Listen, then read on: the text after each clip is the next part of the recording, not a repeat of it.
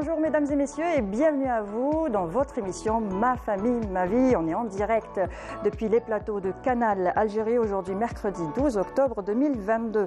Et vous pouvez vous aussi participer à l'émission en nous appelant au numéro que je vais vous donner tout de suite. Comme ça vous êtes fixés, comme ça vous n'allez pas attendre tout à l'heure. Alors c'est le 021 23 98 91, je répète, 021 23 98 91. Vous pouvez nous appeler, partager avec nous vos expériences, nous poser des questions, on essaiera d'y répondre, témoigner de votre situation par rapport au thème justement qu'on va traiter aujourd'hui. On est là pour ça justement, pour vous éclairer, pour vous donner des pistes et vous informer bien sûr. Et le thème qu'on a choisi aujourd'hui pour vous, c'est dépression saisonnière, comment avoir le moral au beau fixe. C'est connu aussi sous le nom du trouble affectif saisonnier ou tout simplement le coup de blues qui nous guette en plein automne. Quand l'ensoleillement se fait de plus en plus rare, on est un peu bof, on est rapla-pla parce qu'il fait gris et tout ça. La motivation nous abandonne, le moral aussi, et comment y remédier justement, on va en parler aujourd'hui avec nos invités qui ont accepté notre invitation. J'ai le plaisir et l'honneur de recevoir aujourd'hui Madame Radia Dada, bonjour. Vous êtes là aujourd'hui pour nous parler de votre expérience par rapport à la déprime saisonnière, parce que vous en souffrez à chaque fois. Chaque année, voilà. Marhaba bik. Merci à vous. À vos côtés, Madame Khadija Boukendarji, vous êtes coach de vie et de conscience. Bonjour et merci d'avoir accepté notre invitation. Merci Mounia, bonjour aux téléspectateurs. J'espère que tout le monde se porte bien. C'est toujours un plaisir d'être parmi vous. Le plaisir est partagé toujours. Merci. Alors, en face de vous, c'est Dr Lamia Tazrout. Vous êtes psychologue clinicienne. Bonjour et bienvenue à vous. Bonjour et merci pour l'invitation. C'est un plaisir. Et bien sûr, Wahida Salimchif qui est avec nous. Bonjour. Bonjour. Mounia, ça va? Ça va très très bien et toi? Le moral, il est au beau fixe ou pas? T'as vu la météo d'aujourd'hui? Il y a un peu de nuages. Sincèrement, quand je sors de la maison, il fait nuit. Oui. Donc j'imagine, du coup, parce que c'est vrai voilà. que tu sors très tôt. Oui. Mais il fait un peu gris, donc Oui. je m'accroche aujourd'hui. Je vais vous donner mes astuces d'ailleurs. Tu souffres un peu de ça? Un peu beaucoup. Ah ben justement, c'est la bonne émission, voilà. Tu as tapé à la bonne Franchement. porte. On va en parler justement aujourd'hui. On va voir les solutions, tes astuces Oui. aussi, parce que tu dois trouver des astuces pour aller mieux, je pense. Oui. Voilà, et puis les spécialistes sont là pour nous donner toutes ces astuces-là. Et puis je vais commencer avec vous, Madame Radia Dada. Alors, déprime saisonnière, vous en souffrez, c'est ça? J'en souffre depuis un petit moment, depuis toujours en fait. Comme j'ai dit tout à l'heure, c'est depuis aussi longtemps que je me souvienne. Oui. Ça vient chaque année. Elle est au rendez-vous. Toujours la même période? Toujours plus ou moins la même période. Ça commence à la mi-septembre plus ou moins. Et ça y va jusqu'à la nouvelle année. Voilà. Jusqu'au mois de décembre, janvier, c'est ça? Janvier. Début janvier, ça commence à aller mieux. Après, on fait avec aussi. D'accord. Alors, comment vous vous êtes rendu compte que c'était une déprime saisonnière? Écoutez, les premiers temps, je ne savais pas que c'était ça. Je ne le savais pas. C'était une sensation très bizarre où, comme vous avez dit, c'est bof-bof, on n'a pas envie, on a envie de rien. On n'a pas le moral. Et depuis petite, et donc on collait ça sur le compte de peut-être c'est la reprise, c'est la fin des vacances, il y avait plein de choses. Et puis, Internet est venu et on commence à faire des petites recherches. Pas forcément sur ça. C'est au hasard de mes petites curiosités, mes petites flâneries sur Internet où je trouve déprime saisonnière. Déprime saisonnière et je lis et je dis ça c'est moi. Et ça vous a aidé de savoir, de mettre un mot sur vos mots? C'est ce que vous m'avez dit hier quand on en a parlé. Ouais, ça vous a aidé? Ça m'a aidé dans le sens où la sensation bizarre, je dis, en fait, c'est un mauvais pressentiment. Pour moi, je mettais ça aussi à un certain moment, il va y avoir quelque chose de mauvais, Baïtchal qui va arriver ou quelque chose. Et donc, j'étais très mal à l'aise. Mais après, quand j'ai su que c'était je dis bien que, c'est moins grave que quelque chose de mal qui se passe, on va mieux dans le sens où on sait ce qu'on a. Déjà, c'est un début. On s'adapte, on sait que peut-être qu'il y a une solution ou pas, la solution aussi elle est en nous, et on y va, on se dit ça va, on sait ce qu'il y a, c'est déjà très bien. Voilà, ça va, on sait qu'avec le temps ça va passer, janvier ça ira, donc on tient le coup. Voilà. On lâche un petit peu prise, on se dit ça va aller. Très bien. Alors, docteur Lamia Tazrout, c'est quoi la différence? Madame, c'est une déprime. Donc la déprime, c'est plus léger qu'une dépression saisonnière. C'est quoi la déprime saisonnière et la dépression, le coup de blues classique saisonnier et puis la dépression saisonnière, la différence entre les deux? Justement, il y a une différence, mais ça pourrait être situé entre les deux. D'accord. Donc, pour définir d'abord la dépression saisonnière, ou bien, si on parle de la terminologie clinique, le trouble affectif saisonnier, le TAS, c'est un état, c'est un trouble d'humeur causé par un changement climatique, et plus précisément les saisons, l'automne et l'hiver. Donc, ça se passe généralement en fait la période, mais ça n'empêche pas que ça fasse. Justement, j'allais vous poser la question après, mais on y reviendra. D'accord. Donc, ça peut arriver à n'importe quelle saison, pas forcément. Oui. On peut en avoir marre du soleil tout le temps, de la chaleur, de la canicule, parce que personnellement, moi, c'est ça qui me. C'est plutôt le contraire. Quand il fait gris, je suis bien, mais quand il y a. J'aime bien toutes les saisons.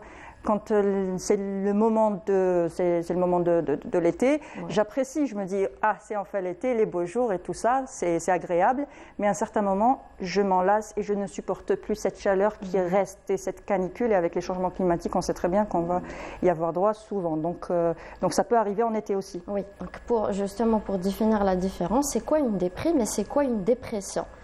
Donc la déprime, c'est un état affectif négatif qui se génère par rapport à le changement climatique.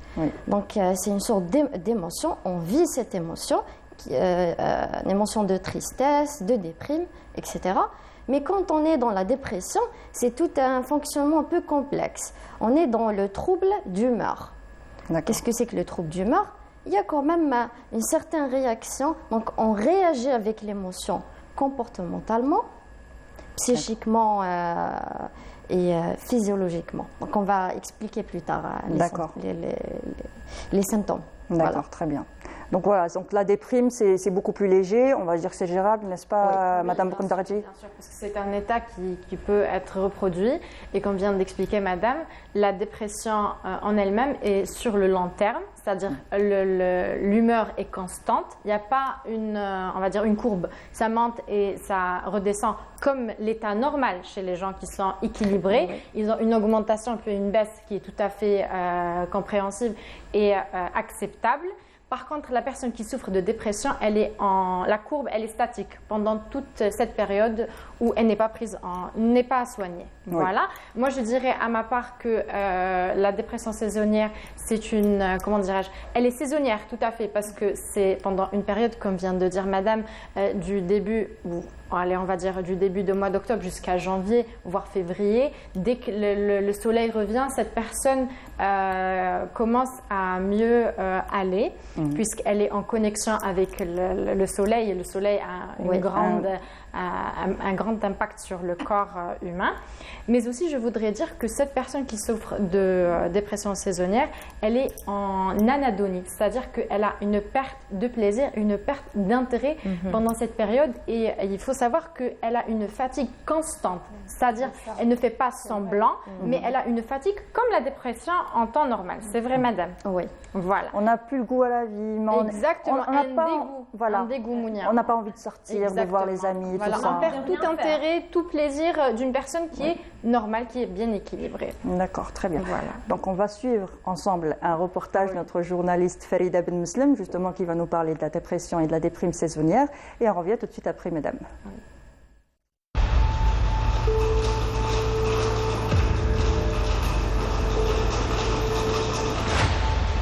À chaque automne et début d'hiver, nombreuses sont les personnes qui sont touchées par une dépression dite saisonnière.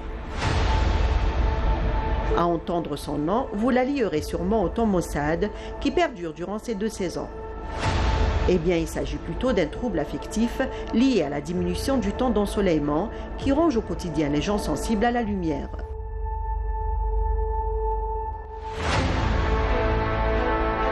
La dépression saisonnière, elle est particulièrement liée à la baisse de la lumière du jour.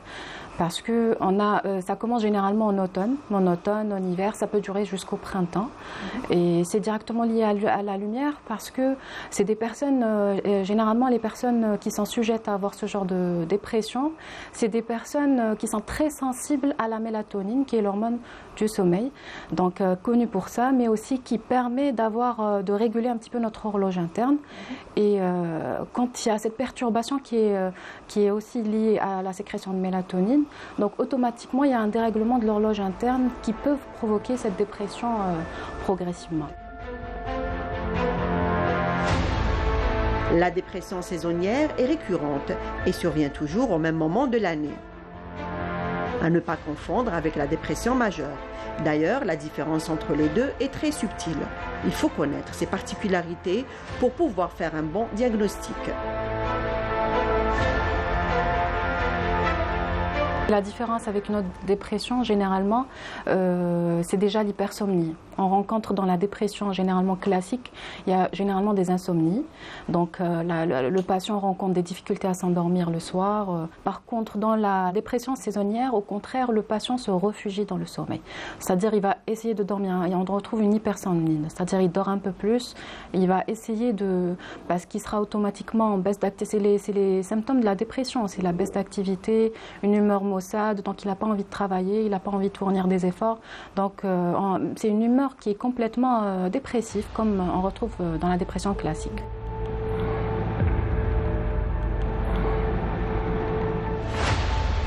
Quand le moral n'y est plus et que les symptômes viennent à nuire au fonctionnement du quotidien, il ne faut pas hésiter à consulter et demander de l'aide.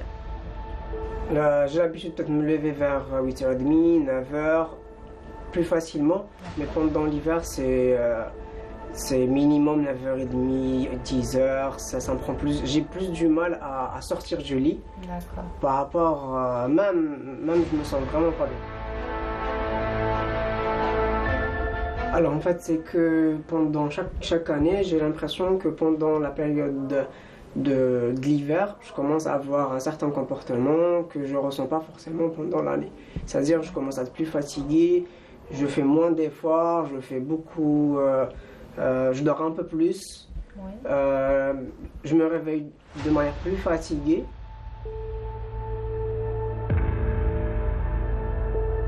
Il y a déjà la grande tristesse. On n'oublie pas qu'il y a la tristesse, tout comme dans la dépression classique. Il y a une grande tristesse, il y a une humeur qui est maussade.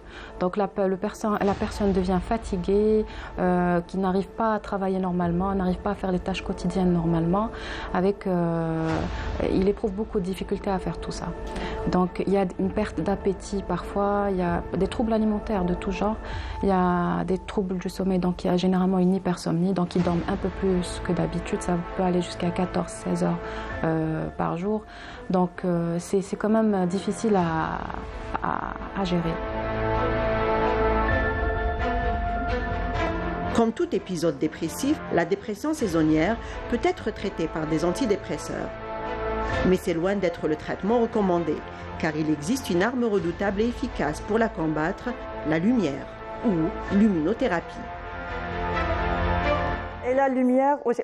Voilà, comme vous voyez, on est en direct, on en parle. On parle justement du sujet, c'est un sujet tellement important, qui nous concerne tous, j'ai l'impression. Tout le monde, on a tous un petit quelque chose par rapport à ça. Et tout le monde était là à donner son avis aussi par rapport au reportage. La lumière, c'est important aussi, la lumière du soleil, très très important. Et Wahida, tu voulais dire aussi quelque chose? D'un mal-être. En fait, il y a une période où on ne se sent pas bien. Même si on fait les efforts de faire quelque chose, on a du mal à faire de bon cœur. Par exemple, en ce qui me concerne, moi, j'adore faire plein d'activités. Mais il y a des périodes quand il n'y a pas de soleil, j'ai envie de rien faire, tout simplement. Même mon humeur, elle change. Donc c'est vrai que je ressens ça comme un mal-être. Oui. Oui. C'en est un quelque part, parce qu'à partir du moment qu'on ne va pas bien, en fait. Et puis on se pose des questions, qu'est-ce qui ne va pas avec moi? Est-ce que je dois aller consulter un médecin? Par contre, j'ai fait quelque chose, moi, vous allez me dire si j'ai eu tort ou pas, si j'ai bien fait ou pas. Oui. En fait, d'abord, j'ai commencé par aller voir un médecin, mon médecin général. Je lui dis, en fait, je me sens trop fatiguée. Je sais que moralement, ça ne va pas. Il n'y a pas de soleil, je suis comme ça. Et puis, j'ai pris des compléments alimentaires. Enfin, j'avoue que ça m'a aidée. Ça m'a beaucoup aidée. des sorties, je profite un peu des lumières. Après, on va donner les astuces. Là, on va voir les professionnels ce qu'ils disent. Personnellement, je trouve votre initiative très importante parce que avant d'aller chez un psychologue ou un psychiatre ou un coach de vie comme moi, il faudra aller voir un médecin généraliste qui va éliminer l'état clinique. C'est-à-dire que si vous n'avez pas une carence de fer, une carence en vitamine D. J'ai eu ça aussi. Voilà, exactement. C'est vrai que j'ai eu ça. Par la suite, quand votre médecin va vous diagnostiquer positif, là, vous allez aller voir l'étape suivante, c'est-à-dire le psychologue, le coach ou bien le psychiatre. Le psychiatre. C'est vrai qu'à une période, j'ai eu des carences et après, je me posais la question, est-ce que c'est mon mental qui m'a poussée à avoir ces carences ou bien c'était une coïncidence? Ça, c'est relatif peut-être à votre alimentation, voilà, à votre hygiène exactement. de vie, ou dans un premier point, mais après, par la suite, ça peut être relatif à d'autres choses. Mais généralement, c'est relatif à la qualité et l'hygiène de vie. Oui. C'est très important. Oui, Si oui, vous quand on a des alimentez carences, c'est bien par rapport ou à ça pas. aussi. Oui, exactement. Est-ce que vous pratiquez un sport Avant, mais plus maintenant, j'avoue. On n'a pas envie, justement, quand Oui. on est Dans cet état, on n'a pas Exactement, envie de se lever. On n'a pas envie, on n'a pas envie de se lever, on n'a pas envie de vraiment se nourrir, on n'a pas envie d'aller faire du sport, on a envie de الحاجات rien. اللي نتقيلها كما يقولوا. Exactement, c'est exactement le cas. Et puis il y a des gens qui nous disent souvent, désolé de vous couper, réveille-toi un peu, نفضي الغبار على روحك, voilà, reprends-toi, sors un petit peu. Oui, je veux bien, Oui. mais je peux pas. Voilà, c'est l'étape, c'est parce ça. que comme venait de dire tout à l'heure docteur, cette personne vit une tristesse de l'humeur, c'est-à-dire cette fatigue est relative, puisque sur l'échelle d'Hawkins, moi, comment j'utilise ça, je vais venir identifier la conscience de cette personne. Cette personne est située à une conscience de tristesse, يعني في حالة حزن. Automatiquement, كي نعيشوا حنا حالة حزن, on vit un état de tristesse, il n'y a pas de plaisir. La sérotonine est basse. Automatiquement, comment vous voulez être régénéré en positivité? Non, vous êtes switché sur la négativité. Et cette négativité vient vous laisser monotone, On se laisse triste, aller, fatigué, voilà. Une grosse mélancolie sur la photo. Oui, comme on le voit sur la photo, on reste pour dormir, mais finalement on ne dort pas vraiment. on ne dort pas. Oui. Voilà, ça nous fait, on n'a pas envie de se lever, on est fatigué, mais quand on essaie de dormir, on a des insomnies, n'est-ce pas, docteur? Oui, justement, là, كنا حنا نهضروا على la symptomatologie. Oui. Pratiquement, il y a 3 points. On a la dérégulation des fonctions végétatives. Les fonctions végétatives, en parlant là, le sommeil, soit l'insomnie, donc j'ai une qualité de sommeil, mais je dors quand même. Soit l'hypersomnie, plutôt l'hypersomnie. L'hypersomnie, c'est dormir. L'insomnie, c'est avoir sans un arrêt. trouble de sommeil, de ne pas pouvoir dormir mes 8 heures. D'accord. Après ça, il y a la baisse d'énergie. Donc, j'arrive pas à être productive, soit à l'échelle psychique, soit à l'échelle professionnelle, avec les autres, avec mon groupe social. Voilà. Non, mais Il y a aussi juste- l'appétit. Soit la boulimie, l'hyperphagie. Donc, il y a un dérèglement le comportement alimentaire. Ça, on se met à tout manger, sans arrêt. Horrible. Oui. Et généralement, il y a بزاف اللي يروحوا vers يحبوا ياكلوا les sucreries. Ouais, bah Donc, oui. ما كاش un rythme. Donc, ça- Parce que les sucreries, je ne sais pas pourquoi, mais on a tous l'impression que manger du sucre, ça nous fait plaisir et ça va nous remonter le moral. C'est un effet très réconfortant. Oui, on se sent surtout bien. le chocolat. C'est une manière de gérer notre frustration, Oui. notre état anxiogène inconscient, n'est-ce Oui. pas, docteur? Voilà. Moi, je dirais que pour la dépression saisonnière, c'est plus la longévité du sommeil. C'est-à-dire que cette personne, contrairement à la personne qui souffre d'une dépression constante, elle a une mauvaise qualité de sommeil et elle a une fraction pendant la nuitée ou bien une qualité moindre du sommeil. On se réveille plusieurs fois. Exactement, ça pour les gens qui vivent une dépression Si on sur dort. toute l'année. Si on Voilà, dort. si on dort, oui. À condition de dormir. Parce que Oui. Et là aussi, c'est, justement, est-ce que vous en souffrez, je des souffre insomnies? d'insomnie. Bon, je suis déjà une petite dormeuse, déjà, de par nature. Mais pendant toute cette période, c'est horrible. En plus, la nuit est longue. Oui. Et je n'arrive pas à dormir. Et c'est un cercle vicieux parce que je me dis, il faut que je dorme, mais non, je me fais violence, mais non, et ça y va, ça y va, ça y va. Et on est très fatigué au réveil. Et le coup de barre après-midi, 14h, c'est bon, on est à récupérer à la petite cuillère. Exactement. On se dit, on rentre à la maison, c'est bon, je rentre, je dors, mais non. Arriver à la maison, même si on veut faire une plus petite sieste, on n'y arrive productif pas. en fait. On est plus productif. Absolument, absolument. On se fait violence. Personnellement, c'est ce que j'ai fait, c'est ce que je continue à faire. C'est que, allez, on y va, on se secoue. Et quand on nous demande de le faire, on n'est pas bien parce qu'on dit, je veux bien, je voudrais, mais c'est pas possible. C'est plus fort Oui. que Et là, ça fait aussi un deuxième cercle. En fait, on se retrouve dans un tourbillon Oui. où on essaie de faire les choses et on n'est pas bien parce que les gens ne comprennent pas ce qui se passe. Exactement. En se disant, ouais, bon, ça va passer. Oui, je voudrais bien aussi, mais non, ça passe pas. Et justement, l'incompréhension de l'entourage, ça accentue, je pense, les symptômes quand le conjoint ou la maman ou le papa ou les frères et sœurs ou les amis et tout ça, nous disent, les collègues, voilà, ne comprennent pas et banalisent, nous disent secoue-toi, ça va aller, ou sinon tu vas te lever un peu plus tôt, c'est comme ça tu dormiras plus tôt. Ils te trouvent, on nous trouve des astuces comme si qu'on ne pouvait pas les trouver tout seul. On nous dit essaye ça, essaye cette tisane, essaye ce truc, mais au fond, on veut juste qu'on nous comprenne, n'est-ce pas? C'est pas ça. Exactement. Mais après, ça part d'une bonne intention aussi. Oui, c'est gentil. Bienveillance. Oui, mais ça nous stresse aussi. Du coup, on n'en parle plus, on fait semblant, on se dit bon, ça va aller. D'ailleurs, je vous dirais qu'il y a des gens de mon entourage, quand j'ai dit je vais faire ce témoignage, ah bon, tu en souffres? Oui, mais tu le sais pas. C'est juste ça. Voilà. Aussi, je dirais, pour les symptômes, nous allons revenir aux symptômes, on a aussi l'augmentation du poids. Contrairement aux gens qui souffrent pendant toute l'année de la dépression, ou ils ont une dépression constante, c'est-à-dire eux, ça dépend de leur métabolisme, ils peuvent augmenter ou bien baisser dans leur poids, mais ceux-là, ils augmentent pendant la saison. C'est une sorte de protection. En fait, l'inconscient vient protéger cette personne par, allez, alimente-toi plus, je te protège plus avec cette masse de graisse. Que de cette manière-là, tu vas te sentir beaucoup mieux. Voilà. Alors, l'alimentation vient réconforter et vient rassurer cette personne qui est en plein dépression. Et c'est quoi le message qu'on devrait passer pour qu'il arrête de nous protéger? Les solutions. Là, c'est les solutions, c'est d'effectuer une plasticité neurologique, éliminer cet état de tristesse. On y reviendra. Voilà. On va continuer sur les symptômes, docteur. Oui. Sur d'autres symptômes. Là, le premier stade ou le premier point. Le deuxième point, c'est les symptômes, le trouble cognitif ou bien les troubles cognitifs. J'ai du mal à me concentrer, j'ai un trouble d'attention, j'ai même des idéations négatives, des représentations négatives. Des idées noires. Des idées noires, un sentiment de dévalorisation, un faible estime de soi, et pas mal de choses. Il y a pas mal de choses à dire. Exactement. D'autres symptômes? Donc, on se sent, premièrement, on ne dort pas bien, on ne mange pas bien, on a une mauvaise image de soi. Exactement. Donc, on n'a plus confiance en soi. Waouh, les sautes d'humeur aussi. Les sautes d'humeur. Constantes. Voilà, les sautes d'humeur constantes. À un moment, on est joyeux, à un moment, on est... Alors, il faut bien les accueillir, les gens qui sont autour de vous. Il faut être compréhensif parce que c'est au-delà de leur gré. Oui. Ces sautes d'humeur, c'est au-delà de leur gré. C'est pas... Vraiment, c'est clair, répétez-le comme ça. Il faut le dire et le redire. Voilà. C'est pas de notre faute. Voilà. Ça ne se contrôle pas, tout simplement. Et ce tableau, c'est pour la dépression saisonnière. Pas pour la déprime. C'est pour la déprime et la dépression. Alors, on va expliquer la dépression saisonnière.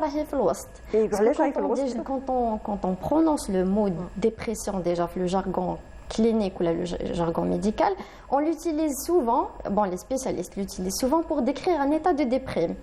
Mais au quotidien, on dit déprime quand on est dans, comme j'avais dit quand on est dans un état affectif négatif, et ça dure pendant de 4 jours jusqu'à 13 jours. C'est le maximum. C'est ce que je voulais dire. Après, si on dépasse les 15 jours, on passe à la souffrance psychique, et à la persistance des symptômes. Donc les symptômes, l'intensité est les symptômes. On va remarquer l'intensité des symptômes. Donc on va vers le trouble d'humeur ou bien la dysthymie. La dysthymie, qu'est-ce que c'est la dysthymie? C'est la forme la plus légère du trouble dépressif. D'accord. Donc on pourra commencer par une dysthymie et après là, si on ne gère pas, si on ne va pas consulter, on va vers le trouble. Là, c'est une dépression, c'est beaucoup plus grave et ça prend plus de temps. Exactement, parce que la dépression, c'est un trouble de l'humeur. Oui. Voilà, qui est constant. Exactement. Mais ça se guérit. Rassurez-nous. Oui, exactement. Ça se guérit en prenant une plasticité neurologique et en faisant une plasticité médicale, c'est-à-dire une prise médicamenteuse accompagnée d'une plasticité neurologique. Quand on arrive à la dépression, là, oui, pour les médicaments, exactement. mais pour la déprime, on n'a pas besoin de médicaments. Non. Même si ça persiste. Oui. Hein. D'accord. Même si ça persiste, c'est pas aussi grave. Je vais rappeler juste le numéro de téléphone, mesdames et messieurs, c'est le 021 23 98 91. Vous pouvez nous appeler et appelez-nous, c'est important. Vos témoignages, vos questions sont importantes. On est là justement pour essayer de trouver des réponses à vos questions, essayer de vous éclairer au maximum justement avec mesdames qui sont aujourd'hui présentes avec nous, un plateau féminin, très joli, adorable. Et on va continuer justement par rapport à la prise de médicaments. On a dit donc dans la déprime, on peut prendre des compléments alimentaires comme on a dit, si c'est des carences. Tisanes, revoir son alimentation, tout ça, avoir une hygiène plus saine et tout, ça va aider. Voilà, Ça aide. contrairement à la dépression. Mais si ça ne dépasse pas bien sûr les 13-15 jours, c'est ça? Exactement, au-delà des 15 jours. Et ça pourrait dépasser parce que une dépression saisonnière, ça pourra durer 1 mois. Et on peut aller vers la psychothérapie, on pourra avoir un psychologue. Mais quand même, il y a une certaine symptomatologie qu'on ne peut pas ignorer. Si on n'arrive pas à gérer le dysfonctionnement physiologique, on n'arrive pas à gérer le sommeil et l'appétit, on a toujours baisse d'énergie. Et malgré la psychothérapie, malgré le traitement, si ça persiste, oui. Ça persiste, il faut voir un psychiatre. D'accord, carrément aller voir un psychiatre. Exactement. Et justement, comment se rendre compte? Parce qu'en 15 jours, sincèrement, personnellement, je me dis en 15 jours, je ne peux pas me rendre compte que je fais une déprime saisonnière. Pour vous, ça a duré des années, jusqu'au jour où vous avez un peu vu sur Internet par hasard, vous êtes tombé dessus, n'est-ce pas? Ouais, c'est effectivement le cas. Voilà. On ne peut pas savoir comment on arrive à... Voilà, comment on arrive, au bout de savoir 15 jours, se dire, je suis fatiguée, je dors mal, j'ai mon appétit qui est un peu chamboulé, je suis complètement chamboulée. On se dit souvent, c'est une passade, ça va passer, c'est pas grave, ça dépasse les 15 jours. Non, après on se trouve un peu des excuses. Oui, parce qu'au travail il y a ceci, oui, parce qu'à la famille il y a ceci, mes enfants sont malades, c'est la saison des rhumes, c'est la saison de ceci, cela. Donc du coup, on se trouve des excuses. Et comment ne pas se trouver des excuses et s'en rendre compte le plus tôt possible?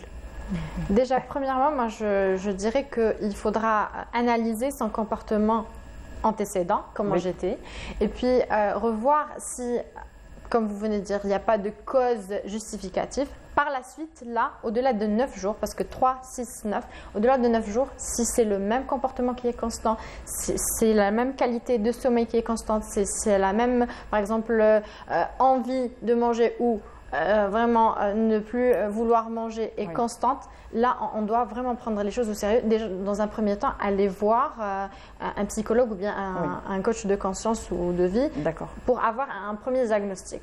On a un coup de téléphone, on a Mina avec nous. Mina, bonjour. Bonjour à tout le monde. Bonjour, ça va, vous allez bien? Ça va, merci. Comme veut le temps. Justement, je voulais intervenir par rapport au thème d'aujourd'hui, c'est l'impact du climat sur le moral, oui.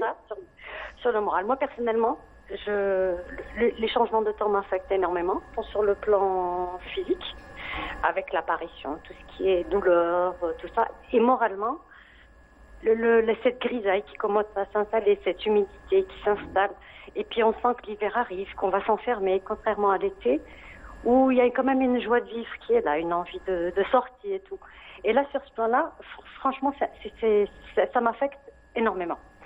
Et puis bon, aussi, l'automne, c'est les allergies, c'est le pollen, c'est tout ça. Donc voilà, je ne sais pas si ça fait... C'est la rentrée sociale, c'est la reprise du quotidien, la circulation et tout ça, n'est-ce pas? Oui, il y a ça aussi. Bon, il y a le facteur environnemental, climatique. Bon, et puis tout le reste. Oui, quand on passe 2 heures le matin dans l'encombrement, 2 heures l'après-midi, oui, c'est pas sans impact. Franchement, c'est pas sans impact sur le moral, sur le physique, surtout sur le physique, parce que rester 4 heures dans une journée assis, dans une voiture, c'est quand même assez dur. Mais bon, il faut quand même, je pense, garder le moral, parce que tout ça n'est que passager de toute façon. C'est bien, vous êtes positive, c'est très bien. Il faut quand même garder le moral. Le verre est toujours à moitié plein. Et pas à moitié vide. Magnifique, très bien. Voilà. Merci beaucoup Mina, merci pour votre témoignage. Bonne journée à vous, j'espère que ça ira mieux. Au revoir et bonne journée. Au revoir. Donc voilà, c'est ça, c'est les encombrements qui reprennent, c'est les 2 heures pour aller au travail, 2 heures pour revenir parce qu'il y a des bouchons partout. C'est, on va reprendre notre quotidien, travail, boulot, maison, dodo. Voilà, c'est tout ça aussi. Ça joue sur le moral, le fait de reprendre le train de vie. Voilà, c'est plus les vacances, c'est plus la grasse mat, c'est plus farniente, la plage et compagnie. Maintenant, il faut reprendre son quotidien, il faut être sérieux et tout ça. Je pense que c'est ça aussi qui peut jouer sur le moral. Ça impacte, oui, ça a un impact sur la personne qui vit cette dépression saisonnière aussi. Il ne faut pas négliger. Mais ce n'est pas que. Ce n'est pas que. Voilà. Mais ça rentre dans les... ça peut... Oui, ça peut impacter parce que c'est déjà une personne qui est fatiguée. D'accord. C'est aussi, moi je vous ai dit, d'aussi longtemps que je me souvienne, j'ai ça. Donc on est triste même en étant triste. Oui, c'est la sensation qu'on a, même quand on est enfant. Donc, justement, j'allais dire. Voilà, c'est un mal-être qui est là et qui persiste. Et j'ai envie de dire que, comme vous étiez en train de parler, etc., pour moi, on ne s'écoute pas assez, on n'écoute pas assez les enfants ni leurs émotions aussi, je pense. Justement, le docteur voulait justement mettre le doigt dessus, le fait de ne pas écouter ses enfants quand ils nous disent ça va pas, je sens que j'ai un coup de mou et tout ça. Et justement, ça peut arriver aux enfants. Oui. La déprime ou la dépression saisonnière et justement il faut les écouter. À quel moment s'inquiéter, surtout si l'enfant ne parle pas, si l'enfant ne vient pas vers nous, il nous dit que ça ne va pas, que ce genre de choses. Comment on le remarque déjà? Généralement chez les enfants ça se remarque le trouble de comportement. Oui. Donc Zalma a toute une personnalité pour nous transmettre les détails, donc on peut l'observer le comportement. Mais par contre chez les adultes c'est un peu différent. Donc déjà, ça commence souvent à l'âge de 20 ans. Et on le trouve chez les femmes 4 fois plus que les hommes.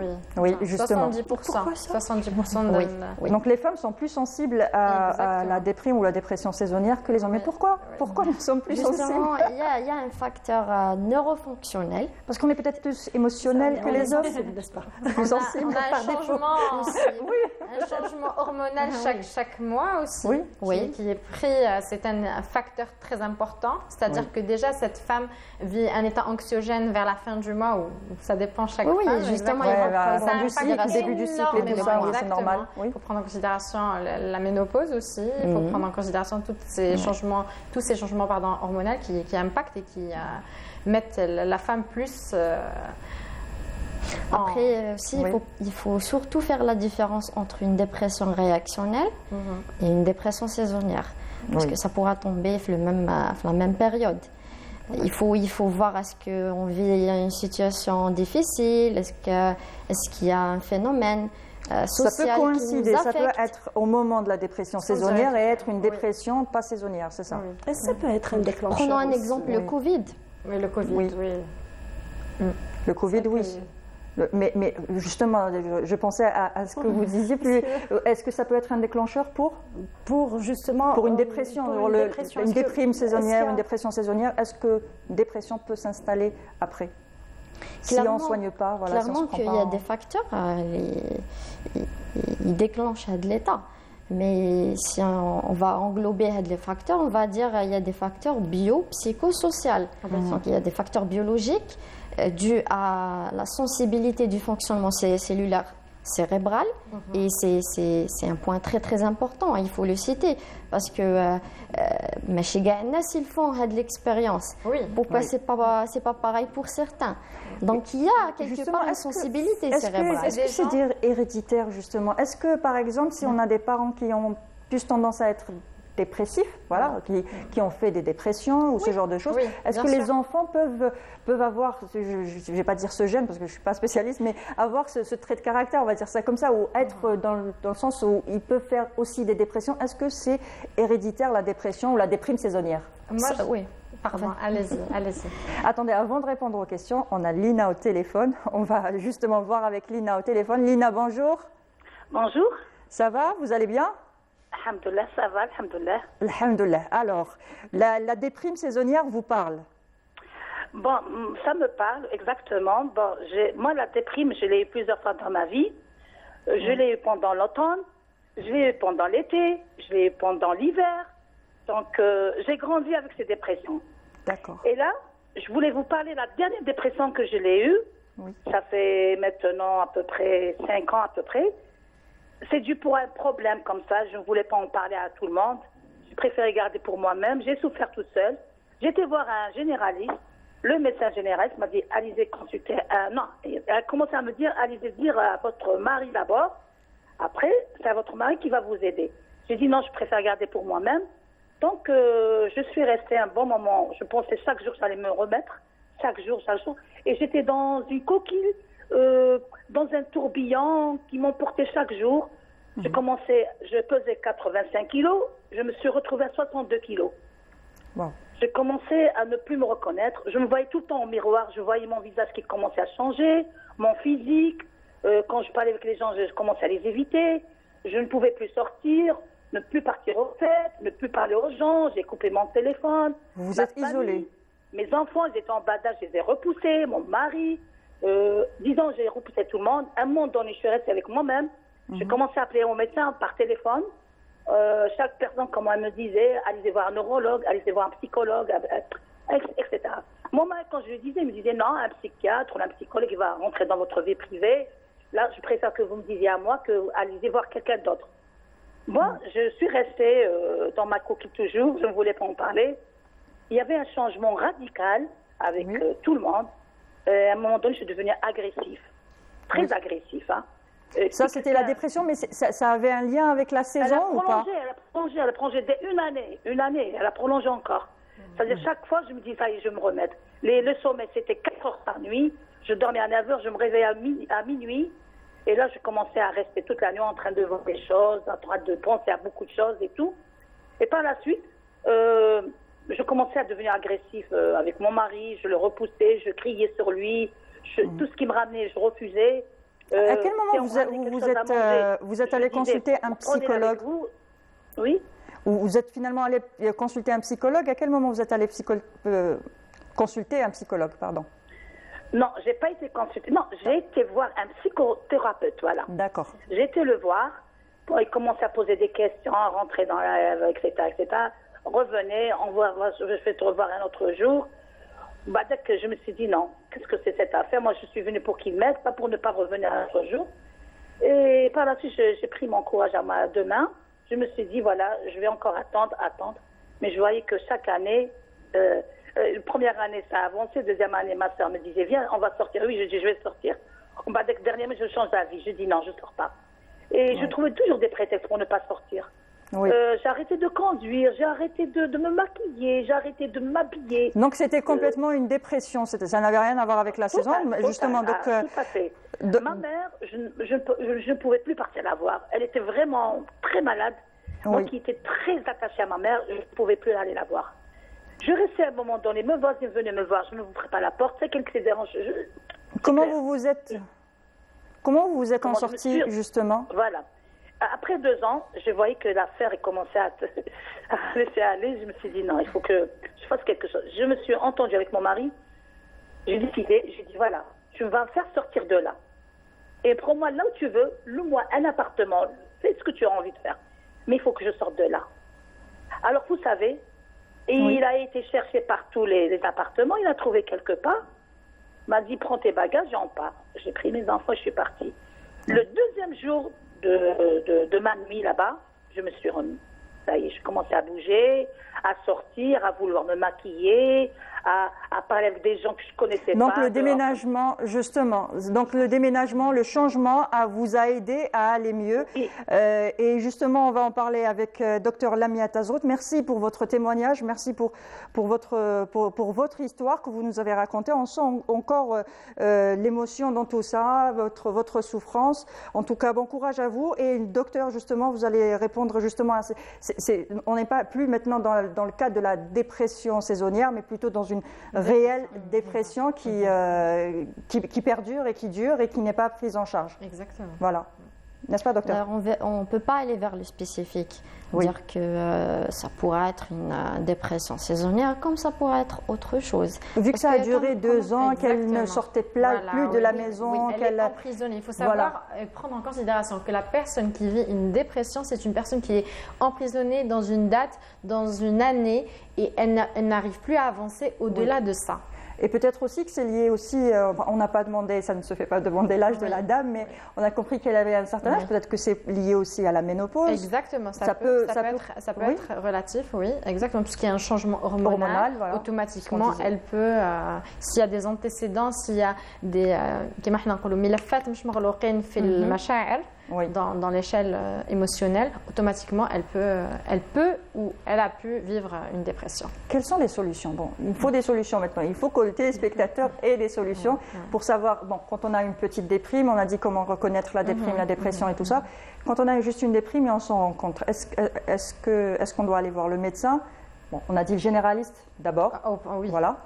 Pour faire un bilan, pour voir si on n'a pas de carence. Exactement, pour éliminer tout ce qui est clinique, tout ce qui est relatif à la médecine du corps. Et par la suite, si notre médecin ne diagnostique pas quelque chose relatif à la médecine du corps, automatiquement on va s'orienter vers tout ce qui est relatif au psychisme, à l'état émotionnel de la personne. D'accord. Quand c'est une déprime, on peut aller voir un coach? Oui, bien sûr. Pas forcément un psychologue ou un psychiatre. Parce que de cette manière-là, on peut se réinsérer, on fait une plasticité neurologique, on va éliminer un programme antécédent, un programme de tristesse, halet huzn. Et on peut aussi faire, pour les gens qui vivent une déprime saisonnière, aussi faire la plasticité parce que c'est un état de tristesse de l'humeur. Je me répète. Aussi, on peut faire de la méditation, ça détend énormément. Et on peut revoir l'hygiène alimentaire, l'hygiène physique de la personne. Faire du sport. Exactement, toutes ces choses-là qui sont impératifs au jour d'aujourd'hui. Donc on va les rappeler un petit peu. Faire du sport, c'est important. Ou une activité. Une activité sportive. Yelouken, marcher un petit peu. Exactement. Yelouken, on sort, on marche 30 minutes, ça fait beaucoup de bien. Automatiquement, ça régénère la sérotonine, n'est-ce pas, docteur? Exactement. Travailler sur l'hygiène personnelle. Et aussi le sommeil, l'activité physique, exactement, la nourriture, l'hygiène personnelle. Exactement. Il faut reconsidérer nos comportements d'accueillement. Et même la nourriture, le fait de mal manger, est-ce que ça fait déprimer aussi, de ne pas manger équilibré? Ça a un impact beaucoup, bien sûr, surtout pour les gens qui mangent beaucoup de viande, beaucoup de gras, exactement. Ils comblent une carence affective. Il faut prendre ça en considération, c'est-à-dire que ces gens-là ils vivent un état de dépendance et ils viennent combler leur manque affectif par la nourriture. D'accord. Voilà. Mais aussi pour les solutions qu'on peut proposer pour la dépression saisonnière, la luminothérapie. La luminothérapie. Exactement. Pour les gens qui peuvent ou savent ou aller se procurer cette lampe. Cette lampe spéciale. Exactement. Oui. Il faut s'exposer à cette lampe. Exactement. Bon, chez nous, ça va, on a un peu quand même de soleil. Ça va. Quand il y a du soleil, sortir en extérieur, prendre 15 minutes, rester au soleil, ça fait du bien. Exactement, ça fait beaucoup de bien. Si on ne peut pas avoir la lampe et tout ça, mais si on peut avoir la lampe, s'exposer à la lampe... Sinon, on peut faire des UV aussi. On pourra s'exposer à une lumière blanche artificielle quotidiennement, chaque jour. Chaque jour, oui. Parce que là, on va aider à peu près avec le dysfonctionnement qui se situe sur le plan... Je dis bien que c'est un dysfonctionnement neuropsychologique. Exactement, c'est les neurotransmetteurs qui ne travaillent pas correctement. Exactement. Donc, quand on parle de ça, on parle précisément d'un dysfonctionnement hormonal. Pour aider un peu avec le dysfonctionnement psychophysiologique, on doit s'exposer parce que le manque à la luminosité. Donc s'il n'y a pas la lumière du jour, on va clairement s'exposer à une lumière artificielle qui va venir combler un petit peu cette défaillance. Mais aussi, on peut faire la pleine conscience, c'est-à-dire on va venir prévenir le cerveau. En faisant la neuroplasticité, on va venir prévenir le cerveau par l'arrivée de cet état de déprime ou de dépression saisonnière. Moi, j'ai une astuce que pratiquement toutes les femmes algériennes font chez elles, c'est la musique et la danse. Ah, bah oui, voilà. Très bien, vraiment. Voilà, des choses simples, exactement. Chez vous, mettez la radio, oui, Allah. Exactement, vraiment. Ça remonte le moral. Bah oui, ça remonte le moral. Et vous, Madame Radia Dada, est-ce que vous avez trouvé des solutions pour garder la pêche? Bah déjà le mental. Comme je vous ai dit au téléphone, je suis une personne d'extrêmement positive. Positive. Et donc, allez, bon, je sais pas, je me demande si c'est la bonne solution. Hein, parce qu'on inhibe, on met de côté, on ignore en se disant, bon, on sait ce que c'est bon, on va faire avec et on avance. Je ne sais, pour moi, ça marche. Je ne sais pas si pour les autres aussi. Faire des choses qui me plaisent, rencontrer des amis, aller faire du sport avec des copines. Très important. Et vraiment faire des choses qui me plaisent. Manger du chocolat, je sais que c'est pas bien, mais bon, je le fais. Mais il faut manger du chocolat noir, voilà. Non, on va pas se mentir, moi, c'est pas du chocolat noir, ça sort sinon. Donc, voilà. Parce qu'on dit que le chocolat, ça remonte le moral. Enfin, c'est bon aussi pour le moral, n'est-ce pas? Même pour la santé, le chocolat noir. Mais le chocolat noir. Du fonctionnement, parce que il y a certains fonctionnements qui sont sensibles à certaines nourritures anxiogènes, comme la caféine. Les sucreries surtout. La caféine, je suis d'accord avec elle parce que ça augmente le cortisone chez certaines personnes qui ne doivent pas. Pas que ça va aider. Ça va pas aider, exactement. Donc pas de café et le thé? Thé aussi? La théine. Théine, c'est comme la caféine. Ça dépend de la personne. Il y a des différences. La tisane, voilà, la tisane, on est tous d'accord. Mais on n'enlèvera pas que, comme on le voit sur l'écran, le chocolat, c'est bon pour le moral. Il y a même une chanson pour ça. Oui. Donc, personnellement, c'est ça. C'est vraiment faire des choses que j'aime. Et puis y aller, parce qu'on n'a pas trop le choix aussi. Il faut qu'on se réveille, il faut qu'on aille travailler, il faut, on a des responsabilités. Et aussi, penser à soi, s'écouter. S'écouter les choses qu'on ne fait pas. C'est pour ça que, voilà. Et voilà, moi, personnellement, c'est mes petites astuces. Eh bien, très bien. Et justement, on va écouter Mariam au téléphone qui est avec nous. Désolée. Comme ça, on ne fait pas attendre. Bonjour Mariam, comment allez-vous? Merci beaucoup. Bonjour mesdames, bonjour tout le monde. Bonjour. Alors, comment allez-vous? Comment ça va? Et comment ça va justement avec le printemps qui s'installe? L'automne plutôt, l'automne. C'est coussa, chez moi, c'est coussa. Comment? Chez moi, c'est coussa. C'est coussa, oui.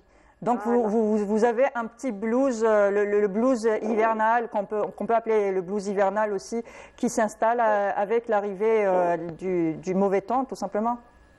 Peut-être c'est un peu particulier chez moi, parce que je suis personne âgée quand même. D'accord. Comment ça se manifeste chez vous, justement? Je suis personne âgée, je souffre de la solitude, c'est ça qui me déprime. D'accord. Donc c'est le fait... Quand il y a la canicule, je disais à la madame qui m'a réceptionnée, quand il a fait trop chaud, je ne pouvais pas sortir. Oui, quand il fait chaud, vous ne pouvez pas. C'était long, l'été a été long. Je ne supporte pas la chaleur, j'étais quasiment cloîtrée sous le climatiseur et la télévision. Donc c'est déprimant. Oui, c'est vrai que le fait de rester enfermé, c'est déprimant, c'est clair. Voilà. Et je mangeais très mal, je pouvais boire de l'eau sans arrêt, dormir sans arrêt. Alors j'étais comme une marmotte. Oui. Et puis dès la fin de l'été, donc du coup, c'est plutôt la chaleur et puis la canicule qui vous a... Un petit peu mieux. Oui, je sais un peu de sortir, je prends le frais, je marche, parce que mon médecin me conseille de marcher au moins justement une demi-heure par jour. D'accord. Alors je marche, je déambule, c'est plutôt déambuler que... Parce que maintenant il fait bon, il fait frais et vous risquez moins d'avoir un coup de chaud. Oui, ça un petit peu régénère mes batteries, je sors, je regarde un peu le monde, je regarde les vitrines et puis je rentre et puis voilà, rebelote. Voilà. Donc vous, c'est plutôt le contraire, c'est souffrir des canicules et de la chaleur justement, c'est ça qui vous sape le moral, c'est le fait de rester enfermé. Et la solitude. Il y a la solitude, je vis seule. Voilà, et c'est surtout la solitude. Vous pouvez toujours, je pense que vous pouvez toujours vous inscrire dans une association, dans un club, pour vous occuper un petit peu, pour rencontrer des gens, pour sortir un petit peu. L'association, on m'a proposé, mais je suis casanière, je suis contre tout ça, j'ai peur des gens, j'ai peur de pas être fidèle, voilà. D'accord. Voilà, c'est surtout ça. À côté de moi, il y a plusieurs associations, le cancer, les enfants malades, les personnes âgées. Mais je ne suis pas fidèle. Alors j'ai peur de... Voilà. Oui, ça se comprend. Donc, la coach et puis docteur, on va vous trouver des solutions, on va vous donner des conseils. Merci beaucoup, Myriam, pour votre témoignage. Restez avec nous et on va répondre un peu à votre situation. Donc, Myriam, c'est plutôt la chaleur et la canicule. Oui. C'est une personne âgée, donc qui a besoin, enfin, qui se retrouve souvent seule, mais qui a besoin quand même de sortir, de marcher, qui est bon pour la santé quand on est à un certain âge, quand on a des maladies comme le diabète, l'hypertension et tout ça. Les médecins nous conseillent bien sûr de sortir, de marcher et tout ça parce que ça fait du bien. Ouais. Mais avec la canicule, ça devient plutôt dangereux. On risque un coup de chaud, on risque une hypertension, on risque une hypoglycémie ou une hyperglycémie si on ne boit pas assez d'eau. Enfin, vous le savez. Donc, avec la canicule, on se retrouve enfermé à la maison avec la clim et puis... on est triste. On est triste, voilà. Et quelle est la solution ? Pour un premier diagnostic, d'après ce qu'elle disait la dame, elle a une dépression saisonnière pendant l'été, mais aussi elle a la peur. Et cette peur, c'est un inconvénient, c'est un handicap pour elle qui l'empêche d'être en société. Hein, parce que comme vous venez de lui proposer, Mounia, être arrivé à un certain âge, ça ne veut pas dire qu'on est à l'écart, ça ne veut pas dire que la vie est finie. Non, c'est-à-dire que juste notre activité va changer. Hein, mais on peut adhérer aussi à des associations, faire des activités selon notre âge, pouvoir se retrouver avec notre famille ou bien des gens du même âge que nous, qui va continuer à stimuler notre plaisir, notre hormone de la sérotonine, hein, en société aussi, mais aussi à nous entretenir. Oui. Mais là, dans ce cas-là, cette peur est un handicap qui la laisse même pas pouvoir être en société avec les autres. Exactement. Oui, c'est pas toujours se libérer. Oui. Le point, c'est bien. Il y a certains traits comportementaux qu'on retrouve chez les gens et on peut les relier avec la dépression saisonnière. Oui. Il y a des gens qui souffrent d'un mode de fonctionnement dysphorique. Oui. C'est un mode de fonctionnement dépressif. Il ne s'agit pas de vivre une dépression, mais il s'agit d'avoir des comportements. C'est des personnes qui sont comme ça, c'est en eux. Ils sont tristes malgré eux, mais ils ont toujours été comme ça, ce n'est pas une dépression. Et ça, on ne peut pas changer. C'est une programmation. On va respecter quand même le trait comportemental, mais il faut quand même faire un travail sur soi. Exactement. Si j'aime pas sortir, j'essaie de trouver un moyen à la maison. Exactement. Une alternative. Si j'aime l'espace, j'aime pas sortir. J'invite les gens chez moi. Je dois faire quelque chose. Éventuellement, oui, pourquoi pas. Oui. Voilà, trouver des alternatives. Exactement. Voilà. Mais je reviens sur ce point-là, c'est-à-dire que ces gens-là sont programmés. Ils ont été programmés à rester seuls. Mais rester seul trop longtemps, rester seul et prendre plaisir d'être seul, ça c'est génial. Mais aussi, il faut prendre plaisir d'être en société. Par contre, avoir peur d'être en société, avoir peur d'être avec des gens qui peuvent m'apporter quelque chose, qui peuvent entretenir avec moi une relation, qui peuvent me nourrir aussi, là, c'est une problématique. Oui, c'est clair. Pour moi, c'est une problématique. Alors, ce n'est pas un comportement normal. D'accord, très bien. Donc, tout de suite, on va passer à la rubrique de Wahida, et puis après, vous donnerez le mot de la fin, d'accord ? Très bien. Oui, cher, avec Wahida.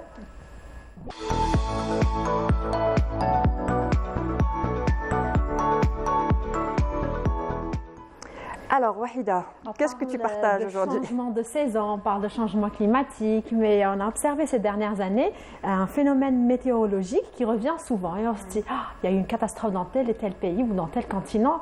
On est affolé, on se dit quand même, il y a eu plusieurs tremblements de terre, il y a eu des inondations. Ben, rassurez-vous, depuis quelques années, il y a des recherches qui sont en train de se faire. Nous allons avoir des phénomènes qui vont se répéter de plus en plus. Donc, il faudra se préparer. Peut-être que vous allez faire un travail dans ce sens. Oui. Voilà, rassurez-vous, dès maintenant, on se prépare psychologiquement. On s'achète du chocolat. Voilà. Et on essaie de créer notre camp, nos amis qu'on va inviter chez nous. Voilà, exactement. Alors, on va commencer par le premier phénomène. Il s'agit de la foudre. Oui, voilà. La foudre, oui. La foudre. La foudre ou le coup de foudre ? Le coup de foudre. La foudre. Alors, on va parler après. Un autre jour, on va parler du coup de foudre. Pourquoi pas ? Donc, la foudre, selon les calculs de l'université de Berkeley aux États-Unis, le foudroiement pourrait augmenter, écoutez bien, de 12% par degré Celsius. Ça, c'est dû au réchauffement climatique et ça peut aller environ 50% au cours de ce siècle. Vous imaginez de 12% jusqu'à 50% d'augmentation durant ce siècle. Donc, si vous allez voir... Il faudra faire attention de ne pas recevoir un coup de foudre. Oui. Et un coup de foudre, un réel coup de foudre, et non pas le coup de foudre. Voilà. Oui. Il y a aussi un autre phénomène qu'on observe souvent ces dernières années, c'est les inondations côtières. Oui. Voilà. Donc, le réchauffement climatique entraîne une forte accélérée des calottes glaciaires et une expansion thermique de l'eau des océans. Donc, ces deux phénomènes qui se cumulent pour faire grimper le niveau de la mer, ce qui provoque les inondations côtières. On va les voir de plus en plus. Donc, ces inondations côtières, il y a même certaines îles qui ont complètement disparu, certaines côtes qui se sont, qui sont érodées. En fait, voilà. Justement, j'allais vous parler des îles. Il y a une élévation du niveau de la mer de 5 à 10 cm. Oui. Il doublera de fréquence. C'était une étude en 2017. Donc, on avait dit que ça a augmenté de 5 à 10 cm. Et donc, ça va doubler de fréquence entre 2030 et 2050. Il va y avoir des îles qui vont disparaître. Ah oui. Voilà. On va aller les visiter tout de suite. Très vite. Voilà. Oui, exactement. Oui, mais honnêtement, pallier à la dépression. Oui, pour pallier à la dépression, il faut aller aux îles. Exactement. Il y a aussi un phénomène que nous avons même observé en Algérie, malheureusement, c'est les feux de forêt. Oui. Voilà. Oui, malheureusement, oui. Oui. En 2019, pas moins de 350 millions d'hectares de forêts ont brûlé dans le monde. Donc, ça nous a tous fait peur, ça nous a fait flipper. Mais je ne pourrais pas dire rassurez-vous, parce qu'on ne pourra jamais se rassurer quand on voit ce genre de phénomène. Mais les feux de forêt, on va les observer de plus en plus. C'est le réchauffement climatique qui va faire ça, encore justement. Une fois. Donc, la raison, c'est la combinaison du phénomène défavorable, donc la température élevée avec une faible humidité, ça provoque le feu. Et disons qu'il va y avoir une augmentation de 33, écoutez bien, de 33 à 62% d'ici 2050. Mais il y a aussi, c'est énorme, mais il y a aussi la négligence de l'humain aussi, le fait de jeter des tessons de bouteilles en bord de route ou des mégots de cigarettes, ce genre de choses. Il faut toujours rester dans la prévention, justement, et prévenir tout le monde, toujours dans la prévention, prévenir tout le monde, et puis comme ça, peut-être des dispositifs vont être créés pour éviter... C'est ce qui est fait en Algérie depuis les derniers incendies. Oui. Donc il y a eu plusieurs activités, que ce soit avec les ministères, avec les associations, concernant la sensibilisation. On a reçu même des SMS dans nos téléphones pour faire attention quand on va sortir en forêt, de ne pas allumer, de ne pas faire de barbecue et tout. C'est très bien, c'est un bon début. On a aussi le froid extrême. Moi, ça ne me dérange pas, le froid extrême, sincèrement. Moi, j'aime bien. On l'a bien compris. Donc, cela peut paraître contre-intuitif, mais le réchauffement risque aussi d'augmenter la probabilité des épisodes de froid extrême. D'ailleurs, dans certains continents, ils commencent dès maintenant par se plaindre. On a des vagues de froid qui commencent. Voilà. Il va falloir s'y habituer parce que c'est ce qu'on va avoir. On va ressentir la différence de température. Voilà, à partir déjà de cette année, de cette saison, on va avoir un hiver qui va être un peu plus froid et ça va être comme ça durant les prochaines années. Moi, personnellement, ça ne me dérange pas l'hiver plus froid. On n'a qu'à se couvrir un petit peu plus, même si je suis très frileuse. Mais j'adore ça parce que j'ai l'impression que ça réveille. Voilà. Oui, le froid, bien sûr. Oui. Ça réveille, oui. Ça ravigote. Ça fait peur. Sinon, on a d'autres phénomènes aussi, tels que la canicule. C'est vrai qu'il faut faire aussi attention en été par rapport à la dame qu'on a eue tout à l'heure pour le témoignage et tout. Donc, il va falloir s'y habituer. Je ne dirais pas ça comme ça, mais il va falloir apprendre à vivre avec, n'est-ce pas? Donc, voilà, c'est des phénomènes qui sont là, qui ont été là, et puis qui vont s'accentuer. On va les croiser encore un peu plus. Il faudra juste se préparer psychologiquement. Très bien. Voilà. Merci Wahida pour ce partage, pour ce WeShare. C'était très intéressant. Merci à vous, mesdames, d'avoir participé. C'est déjà la fin. Malheureusement. Merci pour toutes ces informations. Alors, je rappelle, Madame Radia Dada, vous étiez là aujourd'hui pour témoigner, partager avec nous votre histoire et tout ça. J'espère qu'on a été utile. J'espère que vous avez eu des éléments de réponse. Oui, très. Et puis là, je pense que je vais me décider à aller consulter, n'est-ce pas? Oui. Ça ira mieux, un peu mieux, beaucoup mieux, Inch'Allah. Merci aussi, Madame Khadija Boukndarji. Vous êtes coach de vie et de conscience. Merci pour tous vos conseils. Merci à vous, Mounia. Merci, c'est toujours un plaisir d'être parmi vous. Merci. Un dernier conseil pour les téléspectateurs qui peut-être souffrent de ça?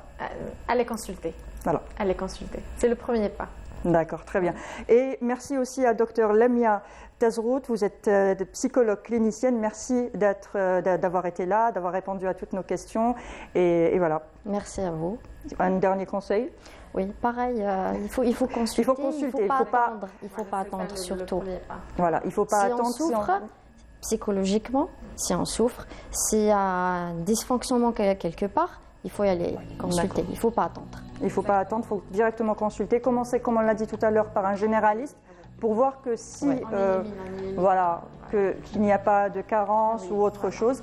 Et puis après, si le généraliste nous oriente vers un psychologue, un coach, même si un psychiatre, pas, si vous dit que tout va bien et vous ressentez en constance cette fatigue, allez voir le psy ou le coach de vie ou bien le psychiatre ou le psychothérapeute. Voilà. Très bien.